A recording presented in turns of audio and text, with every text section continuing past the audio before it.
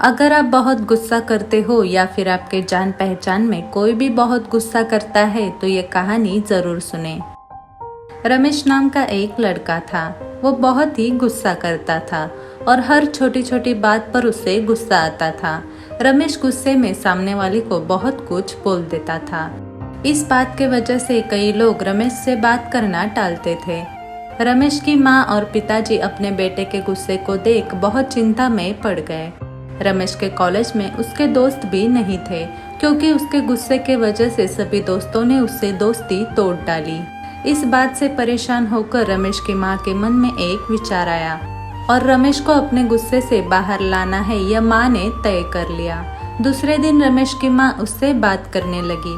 रमेश की माँ उससे कहती है कि मुझे एक कागज चाहिए। यह सुनकर रमेश अपने बुक का एक पन्ना निकालकर अपनी माँ को दे देता है। रमेश की माँ उससे कहती है कि ये कागज लो और उसे फाड़ डालो। अपनी माँ की बात सुनकर रमेश थोड़ा हिचकिचा जाता है, लेकिन अपनी माँ की बात मानकर वह उस कागज को फाड़ देता है। कागज के 2 टुकड़े हो जाने के बाद रमेश की माँ उससे कहती है कि अब एक काम करो, ये दोनों कागज के टुकड़े से पहले जैसा कागज का पन्ना बनाओ। यह सुनकर रमेश गुस्सा होकर कहता है कि ऐसे कैसे हो सकता है माँ, ये कागज अब फट चुका है, मैं इसे नहीं जोड़ सकता। यह सुनकर माँ कहती है कि फटा हुआ कागज तुम नहीं जोड़ सकते। इसी तरह जब तुम किसी से गुस्से से बात करते हो तो उनका दिल भी टूट जाता है। तुम गुस्से में आकर बहुत कुछ बोल देते हो, इसके वजह से सामने वाले का दिल टूट जाता है और कोई भी तुम्हें माफ नहीं कर पाता। एक बार किसी के मन में चोट पहुंचाने के बाद तुम उसका मन फिर से ठीक नहीं कर सकते।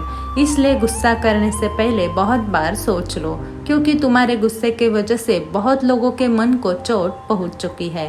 अगर कोई गलत है तो उससे प्यार से समझाओ, गुस्सा होकर किसी का दिल मत तोड़ो।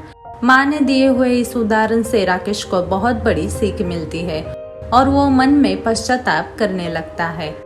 आप सभी को यह कथा पसंद आई हो तो हमारे इस चैनल को जरूर लाइक, शेयर और सब्सक्राइब करें। धन्यवाद।